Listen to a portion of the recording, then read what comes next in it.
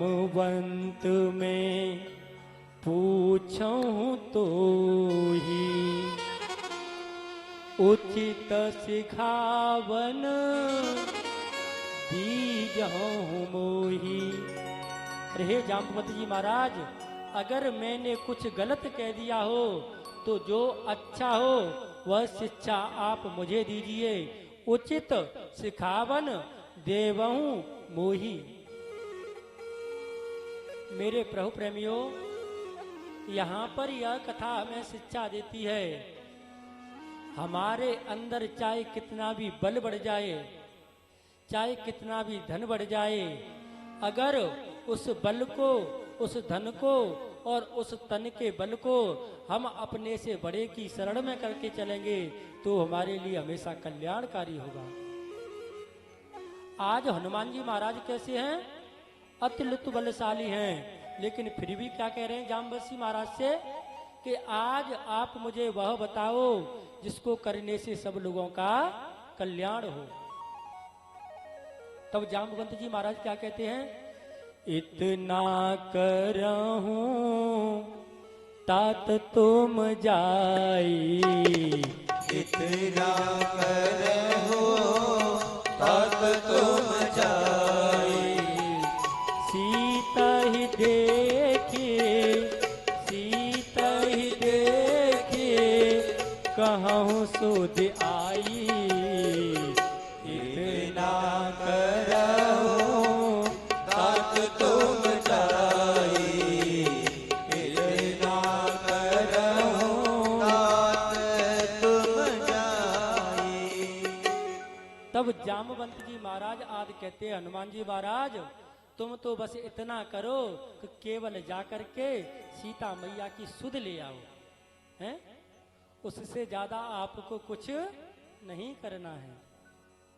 मेरे प्रभु प्रेमियों, हमारे यहाँ हमारे जीवन में बुजुर्ग का रहना बहुत जरूरी है, क्योंकि अगर हमारे जीवन में बुजुर्ग नहीं होंगे ना, जब तक हमारे पास बुजुर्गों के जीवन का अनुभव नहीं होगा तब तक हमारा जीवन सही से नहीं चल सकता है। एक बार की बात है, एक लड़का और एक लड़की में आपस में प्रेम हो गया और प्रेम होने के बाद में उन दोनों के परिवार की राजी से शादी के लिए तैयार हो जाते हैं। लेकिन जैसे ही विवाह का दिन निकट आता है तो लड़की वाला बोल देता है लड़के से कहता है, हम अपनी बिटिया की शादी तुम्हारे घर में तभी करेंगे, कब? जब तुम अपनी बारात में किसी भी बुजुर्ग को लेकर के नहीं आओगे। क्या कह दिया? कि जब तुम अपनी बारात में किसी भी बुजुर्ग को लेकर के नहीं आओगे। तो जैसे ही यह खबर लड़के वालों को पता लगी तो तुरंत मां हाहाकार मच गया कि अब क्या होगा, हैं? तो लड़का बोला अपने बुजुर्गों से कि तुम्हारा जाना जरूरी थोड़ी ही है, मैं चला जाता हूं, अपने दोस्तों को ले जाता हूं और शादी करा के ले आता हूं। सब लोग मान जाते हैं, चाचा मान गए, ताऊ मान गए, भैया मान गए, बाबा मान गए, लेकिन एक नहीं माने। जैसे ही वह अपने नाना जी के पास जाता है ना, नाना जी के, तो नाना जी से कहता है, नाना जी कोई भी बारात में नहीं जा रहा है, तुम भी मत जाओ। तो नाना क्या कहते हैं कि ना ना हम तो जाएंगे। वो बोला, नाना जी मान जाओ ना, मेरी शादी हो जाएगी, है? ना ना हम तो जाएंगे। तब उसमें से कुछ दोस्त बोले, कोई बात नहीं है, बस के नीचे जो डिग्गी होती है ना, उसमें खाट बिछा के नाना जी को सुला देंगे। अब क्या होता है, जैसे ही बारात लड़की वाले के द्वार पर पहुंचती है तो लड़की वाले कहते हैं कि ऐसा है, हमारे यहाँ की यह रिवाज है कि जो दूल्हा बारात लेकर के आता है ना, तो हमारे गांव के बाहर जो नदी बह रही है ना, नदी, इसमें पहले दूल्हे के परिवार वालों को दूध बहाना पड़ता है। क्या बहाना पड़ता है? दूध बहाना पड़ता है। यानी कि जैसे इस नदी में पानी बह रहा है, वैसे ही दूध बहाना पड़ेगा। अब तो सब लोग परेशान हो गए हैं कि अब इतने दूध की व्यवस्था कहां से करें। तो जैसे ही सब लोग पहुंचे अपने बस में और बस स्टार्ट करी, तभी एक बोला कि भैया अब ब्याह तो वैसे होना है रो, तो बात ना नहीं है, का को भीतर मार रहे बाबू, बाहर निकाल लियो अब।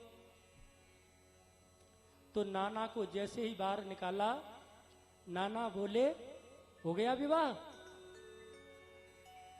तो वह बोले हो गया विवाह। कहां से विवाह हो गया?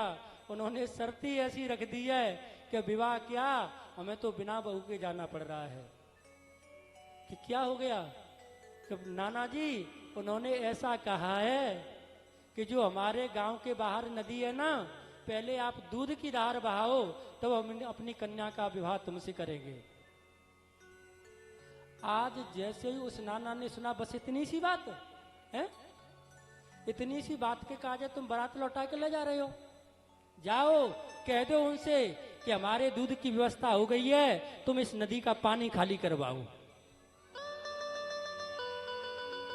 क्या कह दिया कि जाओ, दूध की व्यवस्था तो हमने कर ली है, तुम पहले इस नदी का पानी खाली करवाओ। क्यों? कि अगर हमने कहीं पानी में ही दूध डाल दिया ना, तो तुम ये कहोगे कि पानी मिला के दूध लाए हो, और हमारे यहाँ का ये नियम है कि हम पानी में दूध नहीं डालते। तो तुरंत जो उस परिवार के बुजुर्ग थे प्रसन्न हो गए और कहने लगे, हमें पता चल गया कि तुम्हारी बारात में जरूर कोई बुजुर्ग आया है। तो वह लड़की के माता पिता क्या कहते हैं पता है? कि हम तो बस ये देखना चाहते थे कि मेरे कहने से तुम अपने बुजुर्गों का सम्मान करोगे कि नहीं करोगे। अब तुम मने भी करो ना, तो भी मैं अपनी कन्या का विवाह इसी परिवार में करूंगा, क्योंकि जिस परिवार में बुजुर्गों का सम्मान होता हो, उस परिवार में मेरी कन्या कभी दुखी नहीं रह सकती। तो प्यारे प्रभु प्रेमियों, हमारे जीवन में बड़े बूढ़ों का होना बहुत जरूरी है, क्योंकि हमारे पास सिर्फ किताबी अनुभव होता है, हैं? लेकिन उनके पास अपने पूरे जीवन का अनुभव होता है। जरूरी नहीं है जीवन की सारी बातें आप जान जाओ, हैं? हमारे यहाँ एक कहावत है कि अकल बादाम खाने से नहीं आती है, अकल ठोकर खाने से आती है, हैं?